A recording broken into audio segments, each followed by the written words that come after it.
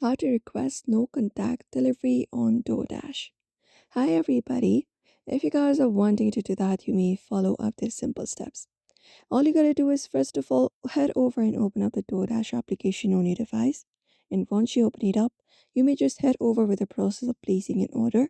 Just go ahead and select up a product and head over the checkout page. You can select up your burger, for example, burger style. After that, you can customize your burger.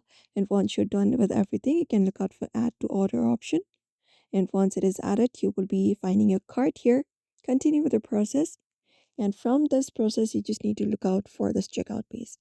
Here in the space, we are going to customize that. So what we're going to do is we have this option of location on our checkout page. Right below it, we have this option of leave it at my door. So just go ahead and tap on it, and then once you do so, here it will give you drop off options.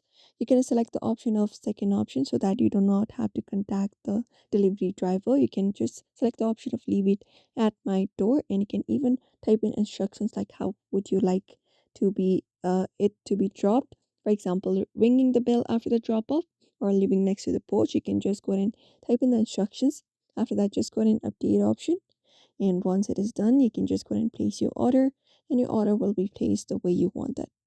So this is it. You may follow up these steps in order to do so. It is pretty quick and easy.